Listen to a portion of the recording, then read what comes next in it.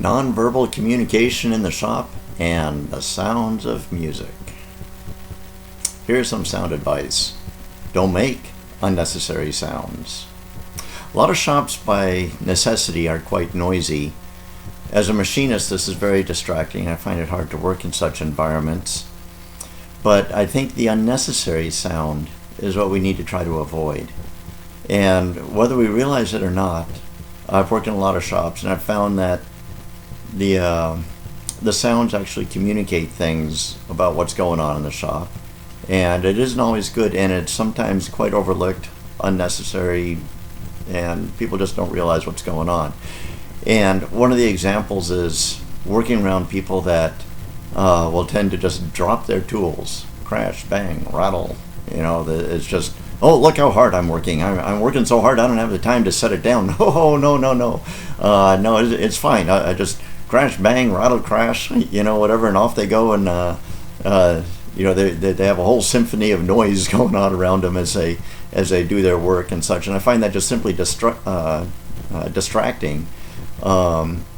And it's also a bit abusive on the machines. You look at some of these machines, used equipment in particular, and it's all banged up, and I go, how the heck did this happen? Well, it's because guys are careless. They're just not treating equipment like it should be treated, whether it's equipment or tools or whatever. But it extends beyond that. It's also how people handle the product and the raw materials. A lot of times they just drop things on the pallet. They drop it on the floor. They drop it wherever they're at. And I think that communicates something much larger. It's like, I don't have the time. I don't care if I do have the time. It's just easier to drop it and go on my way. What that does is it communicates to everyone else in the shop, new hires and people that have been around for a long time, that, at least as far as that individual is concerned, it does not matter. Who cares? If I drop it on the floor or drop it anywhere else, it does not matter. It'll get machined later. It'll be painted later. It does not matter. So crash, bang, and they drop the stuff all over the place, and that tells everyone, whether they realize it or not, that concern and quality aren't at the top of the totem pole here. It does not matter if I drop it here or drop it there. All that matters is that I get my job done with as little effort as possible. Consequently, the shop is noisy and everyone starts dropping everything all over the place. Now, as a machinist, that bothers me a bit, because who do they go to repair the threads that got all mashed up and what have you? Well, I've got to. How come these parts don't fit together? Well, because you dropped them on the floor. Things get dinged up, and that's what happens. So you crash and you bang and you drop things all over the place. You're basically telling everyone, we've got time to rework it. No big deal. We've got time to clean it up, or it's going to happen later. Someone else will do it. It does not matter. Yes, it does matter in my book. Now, here's another thing. As a machinist, I listen to the machining operation. I listen to what's going on. I listen to the shop around me. And sounds tell me how things are happening. Are they going well or are they going poorly? And a lot of times the noise is a bit startling. It can be distracting. But it also means it drowns out the sounds that I do need to hear that tell me how things are happening on my machine. I listen to it, and machining is very vocal. And that's why I like to say, well, nonverbal communication isn't just a human thing. It's also a machine thing. It's also an environmental thing. My machine is constantly telling me how it's doing.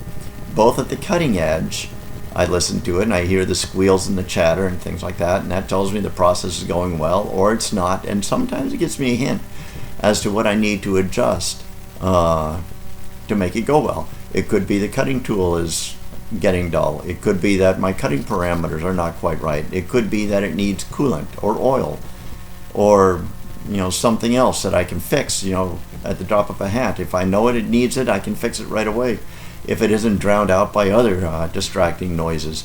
The machines themselves will also talk to you. The vibrations, the sounds, and believe it or not, you hear some of this not through your ears, but through your feet.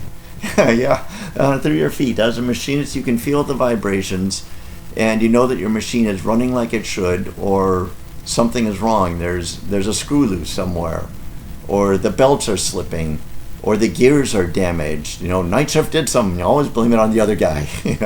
The night shift did something to my machine. No wonder why it isn't running like it should. I hear this extra click, click, click, click, click, click, click. What's that about? That's not normal. That should not be there. And if you're paying attention, you can catch things before it becomes either a catastrophic tool failure, or before something catches fire, or you scrap a part, or a tool breaks, or whatever. And it also gives you an idea when you walk up to a machine that you haven't run before and you run it, you can go, oh, there's something a little funny about this. Is that normal? Or does it always make this sound and spew smoke out the bottom here like this, And also you can check your machine while it's running in neutral, if you will, just running, and what it sounds like under load, because that will again tell you how the transmission is working, whether it's for power feed, whether it's the speed itself, or whether it's a coolant pump that's about to blow out, or what have you. The non-verbal communication from a mechanical device will actually tell you a lot about what's going on. But I think too the human side of things is very important, to pay attention to what you're doing, and to communicate that to your fellow workers, that how you perform your job does matter, that how you treat the product, how you treat the raw materials and the machines and all of this does matter. You can be a step above. You don't have to be just a grunt doing a grunt's job. As a machinist, you're a professional. And though we're not rocket scientists and brain surgeons, if you treat it something like that, people will think, oh, here's a guy that actually cares. And at some point, performance evaluations will come up. And people may or may not recognize, and if they don't, you can point it out. Look, I don't treat my work or my environment or the machines I use like a wheelbarrow. I think there's something that is valuable. It's important to the company. It's important to me. And out of a matter of integrity, I'm going to handle things well. I'm going to treat things well. I'm going to do a good job. And even if it doesn't matter, to me it does. There is one other factor I'd like to bring up, and that's one of safety. When you drop things, it may not matter to you, but in a noisy environment where everyone's dropping stuff and everything is getting bumped around and what have you, you are less likely to pick up on the sounds of an actual accident when something really does go wrong, and it does matter. And you won't hear the crash. It's like things always crash. And the guy that got hit over the head may not be conscious to scream, help, help, help. And there might not be someone else around. In a noisy environment, you're more likely to miss that. And someone will suffer a severe accident, and you will have no idea of it.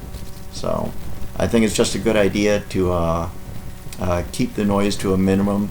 And when machines and people are functioning well, to me, that's the sound of music.